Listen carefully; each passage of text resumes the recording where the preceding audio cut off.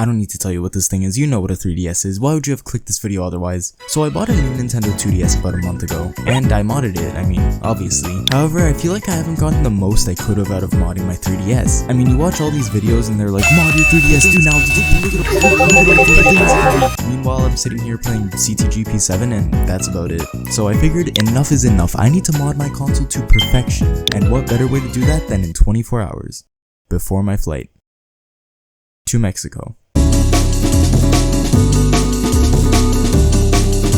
I figured I might get bored on my flight, why not bring my 3DS? Then I thought a step further and I was like, what if I made my 3DS the ultimate portable console? And now we're here with quite the time constraint. Okay, so let's set some ground rules. What modded content do I currently have on my 3DS? Well, apart from literally 2 ROM hacks, those being CTGP7 and Animal Crossing Welcome Luxury, highly recommend both by the way, and a couple games that are booted straight from my SD card, there's not much else that I have. Let's change that. I want to start by adding Twilight Menu for sure to my 3DS. I'd love to play some DS games straight from my SD card, no emulator required. While on the topic of emulators though, I don't really care for older retro games too much, although I think it would be pretty cool to have some emulators on my console for NES, SNES, maybe N64, I'm not sure if the 3DS can do that. Oh, and GBA of course. I want to set more of a challenge for myself. I think I want to mod a game myself, whether it's like texture or music edits, I want to figure out how to do that. I mean, I know how to do it on the Wii, it can't be that different, right? And lastly, I want to install some more games. I just want to get some of the gems that I don't already own physically on my console. I know for sure I want to get Mario Golf World Tour because apparently it's like really good and I've never played it. Alright, it's time to actually mod. My flight is at like 2 o'clock tomorrow or something, so we're already at, let's check, 19 hours left. Okay, Jesus Christ. I talk about modding a lot, but realistically I had no clue how to get Twilight Menu. I knew what it was, I just didn't know how to get it. So after some quick YouTube tutorials and Google searches, I figured it out and popped in a couple games and bang, thing 1 out of 4, done.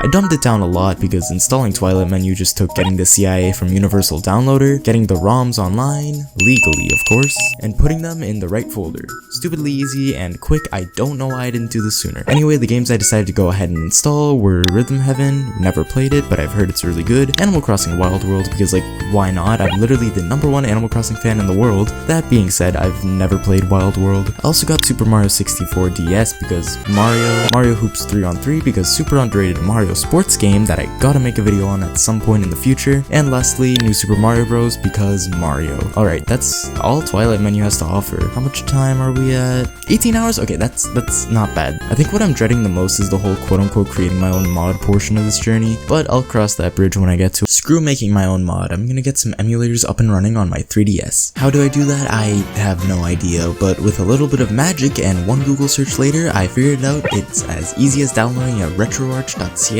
file and installing it to your 3DS. I actually had no idea what RetroArch was before this video, and looking into it, it's actually a really cool service. They offer tons of emulators for use on a wide range of game consoles. As for the games I downloaded to emulate, I honestly just picked some classic Mario games. You can never go wrong with those, as well as Tetris, and Tetris. Now for the true test, welcome to this new mini-series on my channel called Will It Emulate, where basically I'm just going to test a game from a specific console generation on the emulator to see if it runs properly. Starting off with the NES. I mean, obviously, what did you think I was gonna say? Oh, the NES is too graphically intensive for the 3DS. No, look at it, it's the NES, of course it runs. 10 out of 10 on the Will It Emulate score. Moving on to the GBA now, where we have some riveting Tetris gameplay. Honestly, I don't have anything to say. The emulation is obviously good apart from whatever was going on here in the start screen. 9 out of 10 on the Will It Emulate score. And now for the N64, and after hours of research, more like 5 minutes to be honest, I realized it's simply not possible to emulate the N64 on the 3DS. Or just not in a good way, like with good performance and all that. 0 out of 10 on the Will It Emulate score. And finally, the SNES, which didn't work for some reason. I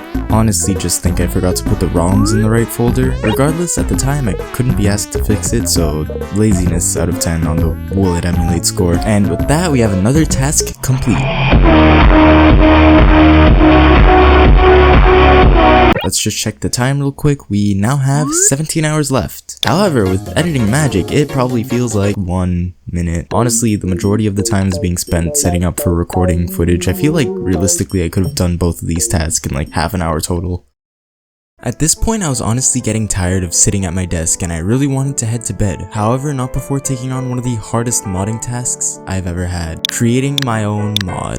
My plan? I was gonna create my own custom Mario Kart 7 texture for the Bruiser cart, which is the main cart I sorta use. Not even that, the cart honestly just looks sick, and ever since I was a kid playing Mario Kart 7, I always envisioned an all-black version of the Bruiser cart and how cool it would look. Today, I'm gonna make those dreams come true. At least after a ton of research, because I had no clue what I was doing as per usual. Yeah, I remember in the intro when I said, I mean, I know how to do it on the Wii, it can't be that different, right? Well, guess what, me from 3 hours ago, you're wrong. It is actually very different. While yes, you can extract the game files and search for the texture you're looking for to edit, it's not as simple as editing it in SNS modifier, saving it, and putting it in your CTGP My Stuff folder. No. For stuff like this, you basically have to patch your own textures to the game. Not to mention that, like the Wii, the 3DS also uses .sns files for its textures, so I figured, oh, I can just use the same texture editing tool from the Wii on here, which I was wrong about. I had to use and completely learn a new program. Not to mention that Mario Kart 7 handles its textures much differently from Mario Kart Wii, which is a game that I am very familiar with adding custom textures and music to. And after tons of failed attempts, Google searches, asking in the CTGP7 Discord for help, it was finally done. 2 hours of my work for one stupid texture to work.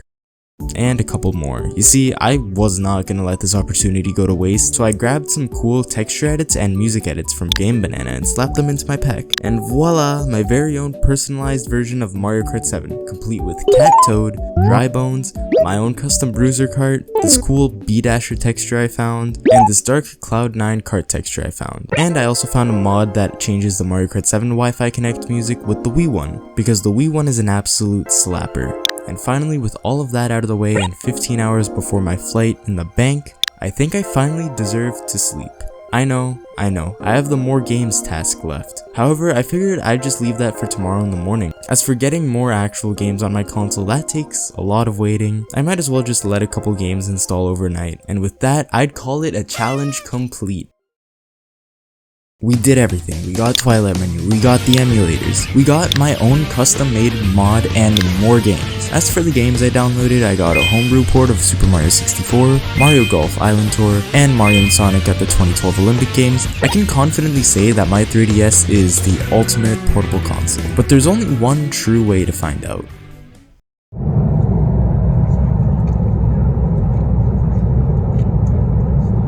And I was right.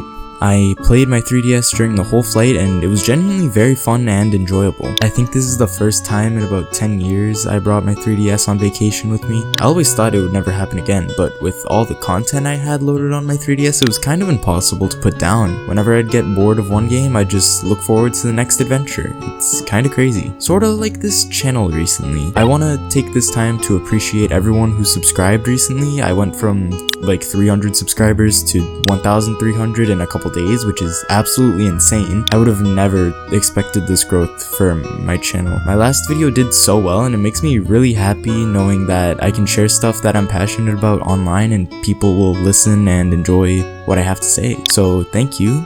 And like all my other videos, I genuinely hope that you enjoyed this one. Hopefully you learned a thing or two about 3DS modding, and if that's the case, I would have done my job.